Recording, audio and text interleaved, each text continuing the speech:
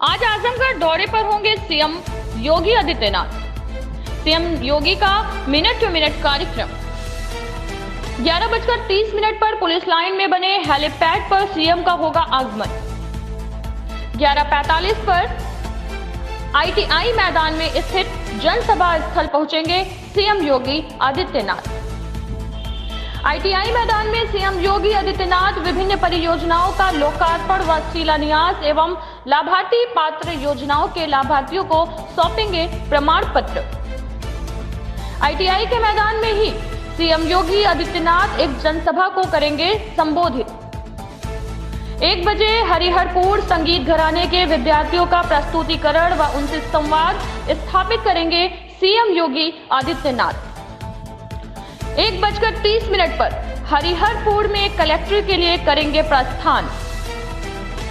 2:15 पर आजमगढ़ मंडल के विकास कार्यों एवं कानून व्यवस्था की करेंगे समीक्षा बैठक। 3:45 पर आजमगढ़ से रवाना होंगे CM Yogi Adityanath. Nimbus news live UP Azamgarh से रिपोर्ट चंदन अग्रवाल की रिपोर्ट।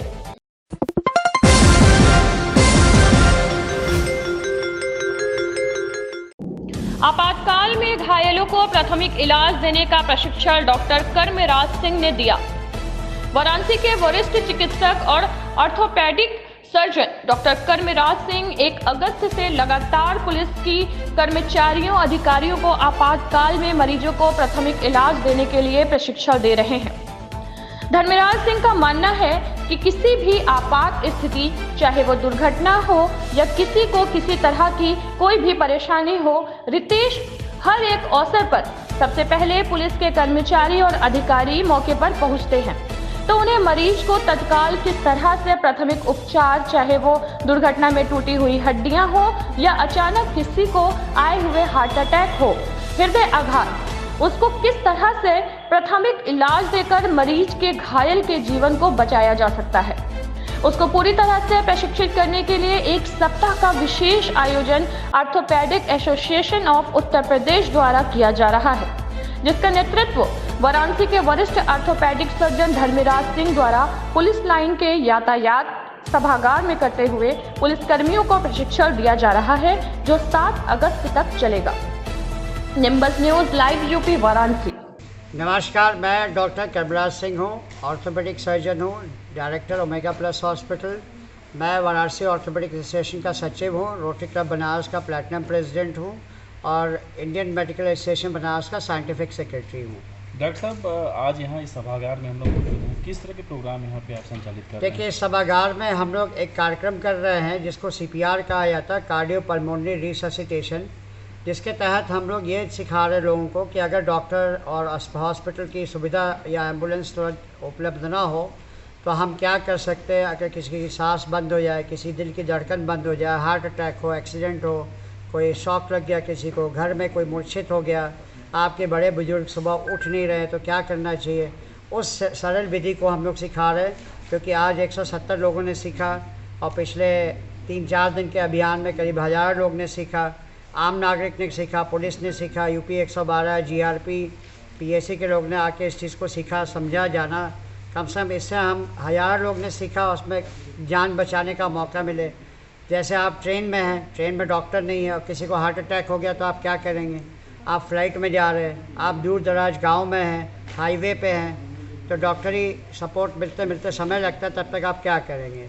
तो हम लोग ने ये बताया कि सांस को बनाए रखने के लिए और दिल की धड़कन को किक स्टार्ट करने के लिए क्या करना चाहिए, उसके तरीके को हम लोग ने सिखाया, दिखाया, वीडियो बनाया, वीडियो दिखाया, लोगों को 1 to 1 समझाया, सबका हाथ लगवा के उस हाथ का ट्रेनिंग दिया, ताकि हमारा सशक्त भारत, स्वस्थ भारत और हमारा उत्तर प्रदेश कहीं से कम ना हो सके। ये उत्तर प्रदेश पुलिस की मुहिम आज की थी, जो सुबह के सभागार में हो रही है। ये रोटरी क्लब बनारस का भी इसमें अभूतपूर्व योगदान रहा है। वाराणसी ऑर्थोपेडिक एसोसिएशन की मुहिम है और इंडियन मेडिकल एसोसिएशन बनारस ने इसे बहुत साथ दिया, तकनीकी सहयोग उनका रहा है और तमाम स्वयंसेवी संस्थाएं भी साथ साथ जुड़ रही हैं इस कार्य को करने के लिए, ताकि हम लोग कॉलेज में, स्कूल्स में भी, विद्यालयों में भी इस कार्यक्रम को आगे बढ़ाएं।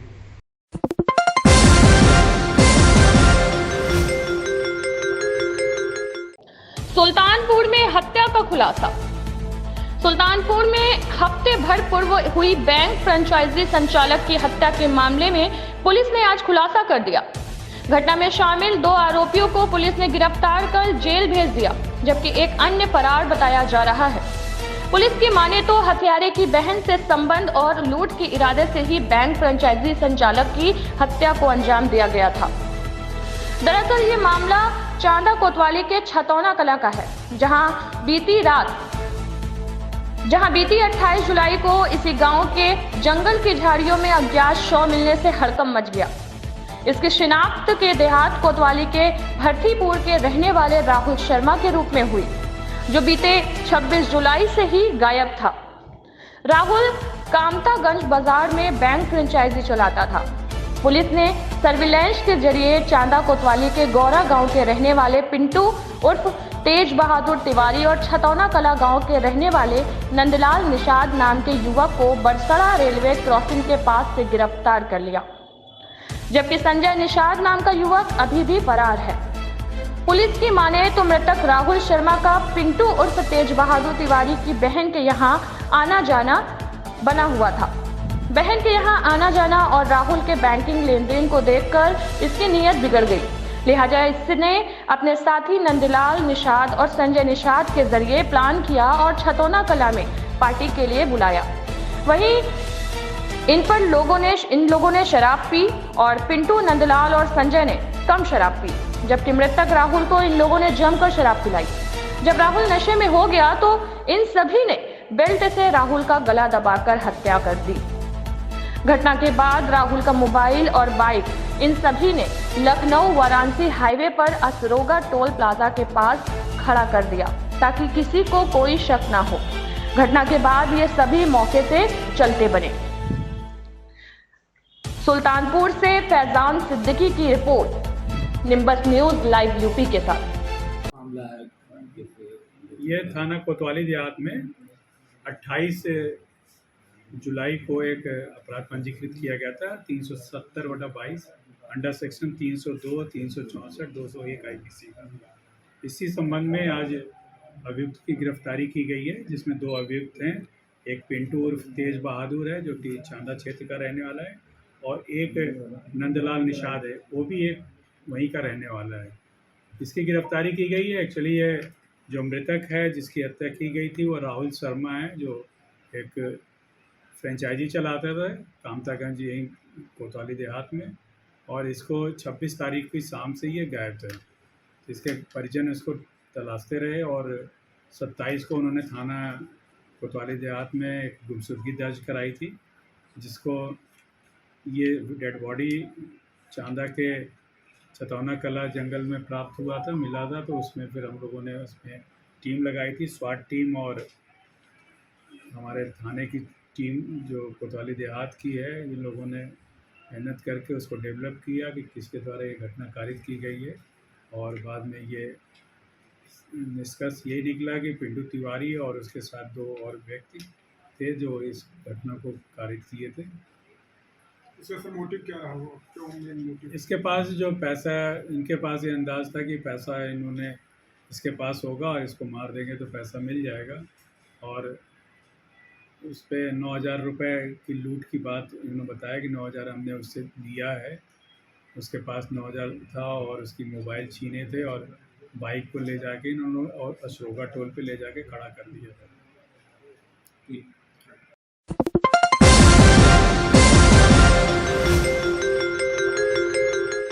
जहरीली शराब कांड में एमएलए रमाकांत यादव के रिश्तेदार रंगेश यादव की अवैध संपत्ति को प्रशासन ने किया कुर्क। फूलपुर तहसील क्षेत्र के माहौल में बीते माह जहरीली शराब पीने से हुई मौत का आरोपी रंगेश यादव द्वारा अवैध धन से अर्जित संपत्ति को प्रशासन ने किया कुर्क। ज्ञात हो कि जहरीली शराब पीने से हुई मौत के आरोपी रंगेश यादव द्वारा फूलपुर तहसील क्षेत्र के मुस्तफाबाद पूरा धन्नी अंबारी में अवैध धन से अर्जित संपत्ति, जिसका मूल्य करीब 67,14,800 को प्रशासन ने कुर्क किया। इस दौरान तहसीलदार संजय कुमार कुशवाहा, अतरौलिया थाना प्रभारी रुद्रभान पांडे, अंबारी चौकी प्रभारी वीरेंद्र सिंह, फूलपुर एसआई विपिन सिंह, अहरोरा थाना प्रभारी राजेंद्र प्रताप सिंह तथा क्षेत्र के संबंधित लेखपाल व भारी संख्या में पुलिस फोर्स तादाद रही। आजमगढ़ से चंदन अग्रवाल की report, nimbus news live UP के साथ। और कितने लाख की संपत्ति कुर्क की गई? फरवरी में थाना क्षेत्र अहिरौला में घटना हुई थी जिसमें अवैध शराब की वजह से कुछ लोगों की मृत्यु हुई थी। इसमें मुख्य अनुज्ञापी रंगेश यादव के खिलाफ गैंगस्टर एक्ट में कार्रवाई की गई थी। आज 14 एक गैंगस्टर एक्ट के अंतर्गत कार्रवाई करते हुए इसकी लगभग 68 लाख के आसपास की प्रॉपर्टी को 14 एक गैंगस्टर एक्ट के अंतर्गत 3 भूखंडों को जब्त किया गया है। इस प्रॉपर्टी की बाजार की आज की कीमत लगभग 2.5 करोड़ के आसपास है। ये प्रॉपर्टी इसके द्वारा अपराध से अर्जित धन से खरीदी गई थी। आगे भी जितने भी लोग इसमें शामिल हैं उनके खिलाफ 14 एक गैंगस्टर एक्ट के अंतर्गत प्रॉपर्टी सीजर की कार्रवाई पुलिस के द्वारा जारी रहेगी।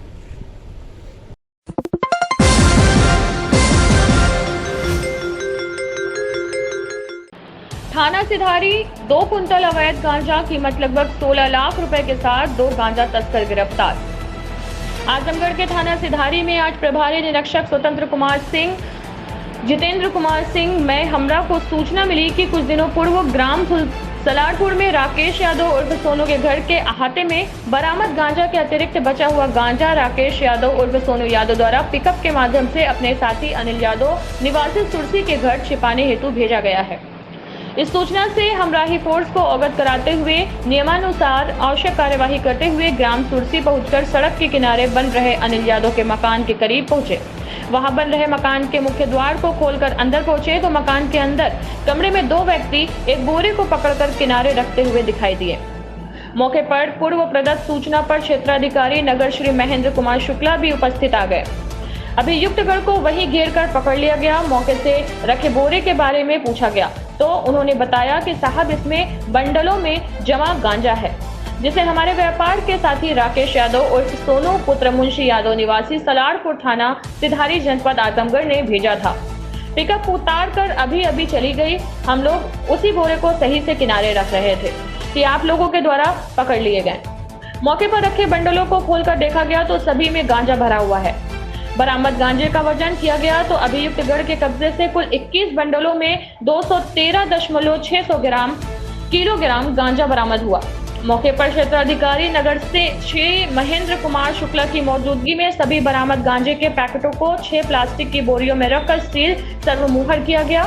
अभियुक्त गढ़ की गिरफ्तारी में व बरामदी के समय 11:10 पर ग्राम सुरसी में बन रहे अनिल यादव के मकान से की गई।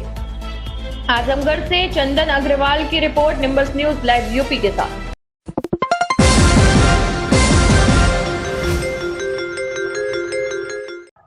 वाराणसी में गंगा का जल स्तर धीरे धीरे कम होने लगा है, जिसके साथ ही घाटों पर सिल्ट जमा होने लगा है।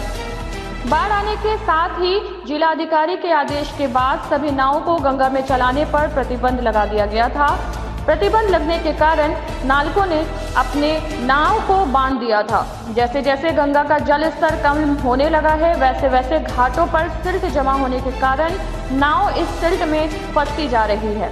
नाविक भी अपनी नाव को इस सिल्ट से निकालकर गंगा के पानी में ले जाने के लिए जद्दोजहद करने लगे हैं। निम्बस न्यूज लाइव यूपी से। अपना नाम बताइए। हमारा नाम सोनू माझी है। सोनू जी, क्या स्थिति है गंगा जी का अभी और क्या समस्याएं आ रही है? गंगा जी की स्थिति ये है कि भैया अब पहले से पानी बहुत कम हो चुका है और स्थिति बस लोग को प्रॉब्लम ये हो रहा है कि लोग गंगा आरती में अब जैसे कि अब पानी घट रहा है तो मिट्टी वगैरह जम गया है तो लोग अब जा नहीं सकते गंगा किनारे। तो बस अब यही गवर्नमेंट से हमारे प्रशासन से अनुरोध है कि बस अब नाव संचालन भी चालू कर दे कि लोग को मतलब जो इतना परेशानी का सामना करना पड़ रहा है वो फिर ऐसा मतलब उन लोग को परेशानी और दिक्कत ना हो। ये जो सिल्ट जमा है आप लोग नाव रोक दिए थे तो क्या नाव सिल्ट में या मिट्टी में अभी जो है धंस रही है? धंस रही है। उसमें हम लोग को भी बहुत दिक्कत हो रहा है। अब नाव मिट्टी में जम गया हुआ है, अब टिक गया हुआ है तो उसको अब ढकेलना पड़ रहा है तो इसलिए बहुत ही ज़्यादा थोड़ा हम लोग को मुश्किल का सामना करना पड़ रहा है। तो क्या लग रहा है कि नाव अगर प्रारंभ हो जाएगा तो समस्याएं समाप्त? हाँ, अब तो गंगा का पानी कम हो चुका है, अब तो नाव संचालन चालू हो जाना चाहिए। अच्छा सोनू जी, पिछले बार के में कंपेयर किया जाए तो इस बार गंगा मैया तो बहुत कम आई, ना के बराबर है। इस बार गंगा मैया का मतलब पानी आया ही नहीं, कुछ नहीं आया एक तरीके से देखा जाए तो क्या लग रहा है सिल्ट जिस तरह से गंगा जी बढ़ी है तो सिल्ट इस बार भी रुकेगा या सिल्ट कम रहेगा? नहीं, कम रहेगा। रुकेगा ऐसा नहीं कि नहीं रहेगा लेकिन उस तरीके से नहीं रहेगा जो पहले रहता था, उस तरीके से नहीं रहेगा, कम रहेगा।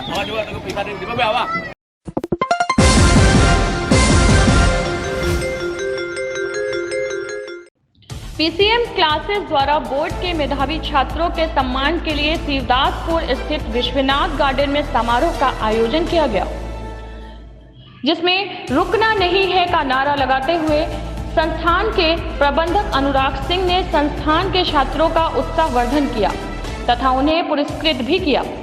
इसके साथ ही इस वर्ष के छात्र छात्राओं आने वाले परीक्षा के लिए उत्साहित भी किया गया। प्रेस में बातचीत के दौरान प्रबंधक अनुराग जी ने छात्र छात्राओं की मेहनत की प्रशंसा की और उनके उज्जवल भविष्य के लिए शुभकामनाएं भी दी तथा संस्थान के 90% सफलता के बारे में अवगत कराया।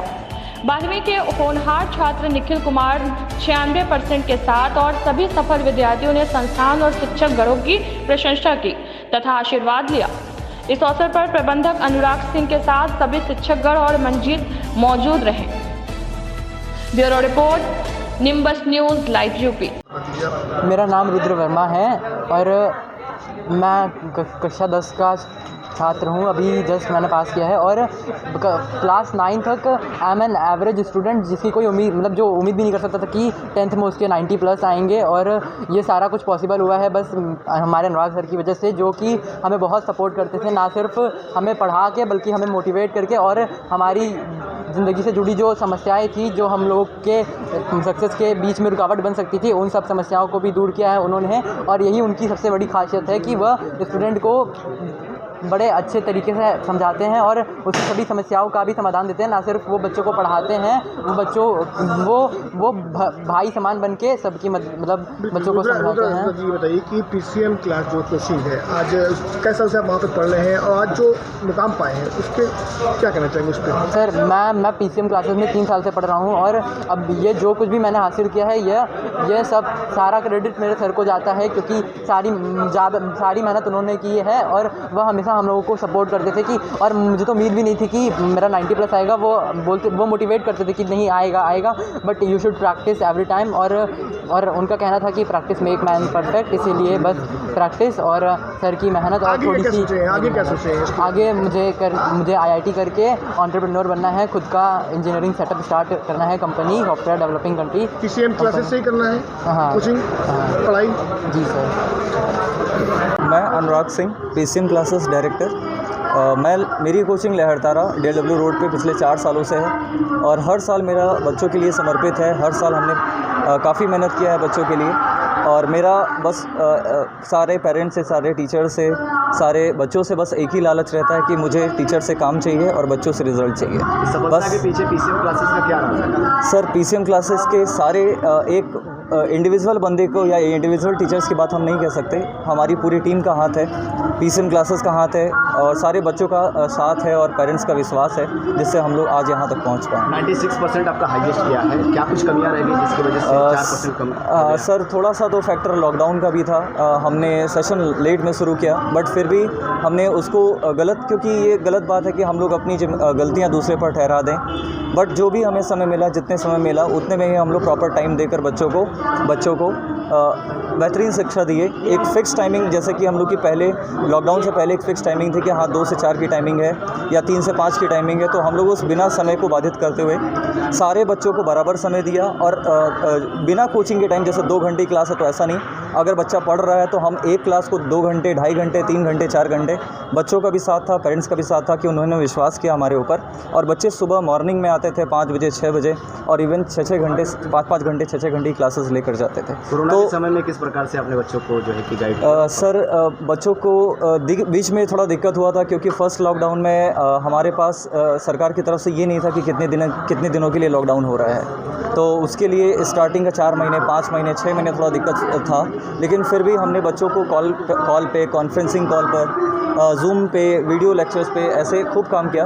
बट मुझे कहीं ना कहीं हम ऑनलाइन की तरफ सोचे कि बच्चों को शिक्षा दी जाए, बट वहाँ मुझे फील नहीं आता था कि बच्चों के साथ, क्योंकि बहुत सारे बच्चे वीडियो अनम्यूट करके उसके बाद गेमिंग वगैरह या मूवीज़ वगैरह बच्चों, पेरेंट्स का यही कहना रहता था कि सर क्लासेस तो चल रही हैं, बच्चे पढ़ नहीं रहे हैं। तो क्लासेस में कितने बच्चे आपसे आज पढ़ रहे हैं? सर हमारे क्लासेस पीसीएम में टोटल 100+ बच्चे हैं। हाँ 100+ बच्चे हैं और सारे बच्चे अच्छे हैं, सब बच्चे अच्छे होते हैं। बच्चे कितने भी हो, बट जितने बच्चे हमारे यहाँ से पढ़ रहे हैं, और मेरी सबसे बड़ी खुशी ये है कि हमारे क्लासेस बोर्ड्स के मेरी चाहे वो क्लास 10th का बोर्ड हो चाहे 12th का बोर्ड हो, सारे बच्चों ने बहुत अच्छा प्रदर्शन किया। पेरेंट्स को भी ये विश्वास करना चाहिए कि उनके बच्चे के अंदर जितनी भी कैपेबिलिटी थी उन्होंने अपना दिखाया। मुझे ये इतना विश्वास है, मैं क्लास लेते वक्त हर बच्चों से कहता था कि तुम्हें अपने जीवन में अपना 100% बेस्ट देना है, 100% बेस्ट देना है। सर मेरे पास इस समय क्लास 10 में 23 स्टूडेंट थे, जिसमें से 23 आउट ऑफ 23 पूरे बच्चे पास हुए, और 12th में जो है वो लगभग 11 स्टूडेंट थे।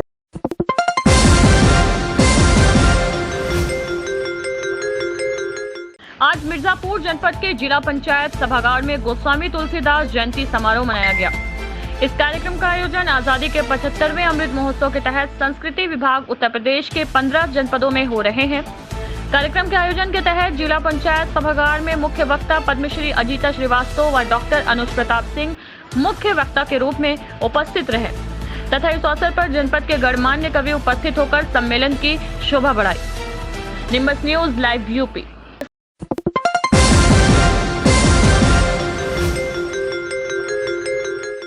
बाजार की बढ़ती डिमांड को पूरा करने के लिए इको प्लस टीएमटी ने व्यावसायिक साझेदारी की। अपने उन्नत क्वालिटी के कारण इको प्लस टीएमटी उत्तर भारत का सबसे तेज बढ़ता हुआ टीएमटी ब्रांड हो गया। ग्राहक की बढ़ती मांग को पूरा करने के लिए इको प्लस टीएमटी ने चुनार स्थित JHV स्टील प्लांट से हाथ मिलाया है। इस समझौते के अंतर्गत JHV स्टील प्लांट से अब इको प्लस टीएमटी का निर्माण भी होगा, जिससे पूर्वी उत्तर प्रदेश के ग्राहकों को अपने पसंदीदा ब्रांड के लिए इंतजार नहीं करना पड़ेगा। JHV स्टील के श्री हीरा लाल अग्रवाल व इको प्लस टीएमटी के विपिन अग्रवाल व अजय अग्रवाल के साथ इको प्लस टीएमटी के वाइस प्रेसिडेंट मार्केटिंग सागर प्रताप सिंह ने इस अवसर पर झंडा दिखाकर पहले ट्रक को रवाना किया। इको प्लस टीएमटी के श्री विपिन अग्रवाल ने बताया कि बाजार में कई बड़े ब्रांड की मौजूदगी के बाद भी इको प्लस टीएमटी ने आज उत्तर भारत के बाजार में अपनी मजबूती पकड़ ली है। ग्राहक अब जागरूक हो गया है और क्वालिटी उत्पाद को पसंद कर रहा है, इसलिए इको प्लस टीएमटी आज ग्राहकों की पहली पसंद बन गई है। मौजूदा डिमांड को पूरा करने के लिए इस महीने ही इको प्लस टीएमटी का ये दूसरा व्यावसायिक समझौता है। इसके पूर्व फतेहपुर के VVS स्टील के साथ व्यावसायिक समझौता हुआ था। इस अवसर पर आदित्य सिंह, गौरव जायसवाल, विपिन जी, देवांश और रुपेश जी इत्यादि लोग उपस्थित रहे। Nimbus news live UP Varanasi. तो ये आज इस अवसर पर हम लोगों ने JHV को अपना एक पार्टनर बनाया है, जिसमें दोनों एक दूसरे के लिए काम करेंगे और यहाँ से इको प्लस का उत्पादन करेंगे। इससे एक क्वालिटी प्रोडक्ट बाज़ार में मिलेगा और सभी लोगों को जो एक कमी महसूस हो रही थी, आपूर्ति नहीं हो पा रही थी, वो आपूर्ति हो पाएगी। यहाँ कितने लोगों को रोज़गार वगैरह मिलेगा इससे? देखिए, मेरे हिसाब से प्लांट तो पहले से भी चल रहा था, हाँ अपितु, लेकिन अच्छी तरह और ज़्यादा प्रोडक्शन के चलते आप ये मान लीजिए करीब 50 से 100 आदमी को एडिशनल रोज़गार मिलेगा। क्या खूबी है इसकी? इको प्लस है क्या? इको प्लस एक ब्रांड है जिसमें आप सीमेंट और स्टील दोनों की मैन्युफैक्चरिंग होती है। ये पूरे यूपी में ही बेचा जाता है और करीब ये मान लीजिए पिछले 15 सालों से बेचा जा रहा है। सर, पहले में अब में कितना उत्पादन का बढ़ोतरी हो जाएगा, अगर एक अनुमानन? देखिए, पहले इको प्लस की क्षमता जो थी वो कुल मिला के 2 लाख टन प्रति सालाना थी और अब ये JHV भी आ गया, तो JHV से उम्मीद करते हैं 1 लाख प्रति साल का एडिशनल ये भी हो जाएगा। ठीक है। और मैं इको प्लस स्टील में वाइस प्रेसिडेंट हूँ सेल्स एंड मार्केटिंग। सर, अब ये दोनों कंपनियां एक साथ काम करेंगी तो कितना फ़ायदा पहुंचेगा और क्या सोच रखा है? कंपनी का विज़न, कंपनी तो 15 ईयर्स से है, जो ब्रांड नेम है इको प्लस। इसका स्टील है, सीमेंट है, ऑक्सीजन आता है और भी काफ़ी आपका FMCG प्रोडक्ट भी हैं इसकी। बट अभी स्टील लाइन में बहुत ज़्यादा फोकस है पिछले 1 साल से, और कंपनी ने अभी 10 से 11 डेज़ पहले VVS एलॉयपुर में टाई अप किया है और जिसके डायरेक्टर मिस्टर अभिषेक अग्रवाल जी हैं एंड मिस्टर विजय कुमार अग्रवाल जी हैं। और ये प्लांट जो है JHV स्टील्स, ये हीरा जायसवाल जी का है, जो कि यहाँ पे दर्श बनता है तो day by day company grow कर रही है पर डे। और जो बात आप एम्प्लॉयमेंट की पूछ रहे हैं, तो आज आप सोच सकते हैं कि 1 साल के अंदर हमारे 3 प्लांट हो गए। इट मीन्स कि 30,000 प्रोडक्शन हमारा हो चुका है। तो 30,000 से आप अगर 200 से मल्टीप्लाई करेंगे तो इतने लोग लगा के प्लांट से और आपके लेबर क्लास से सारे लोगों को एम्प्लॉयमेंट मिलेगा। जो भी सक्षम है काम करने के लिए और ईमानदार है, मैं चाहूँगा वो सारे लोग हमारे साथ एसोसिएट होते जा रहे हैं। और आज मैं इस बात को यहाँ से कहना चाहूँगा 1 साल के महज अंदर कि जो भी पूरे इंडिया के अंदर प्लांट्स होंगे जो अपने सेल्स और मार्केटिंग मैनेजमेंट की वजह से बंद पड़े होंगे, मैं उनसे इस माध्यम से ये कहना चाहूँगा कि वो सारे प्लांट एसोसिएट हों और उनको multiple hands multiple eyes eco plus steel की तरफ से मिलेगी और हम उनकी सेल्स और उनकी मार्केटिंग और as a brand eco plus को और मजबूत करेंगे। है कि यूपी से अब बाहर भी विस्तार करेंगे। मैं अभी लिटरली बोलूँ सेल्स के मैटर में तो हम 4 स्टेट में अभी तक काम कर रहे हैं, जिसमें जम्मू एंड कश्मीर भी हमारा माल गया है, बिहार भी जाता है, झारखंड गया है और इन प्रेजेंट यूपी तो अपना होम डिस्ट्रिक्ट है बनारस।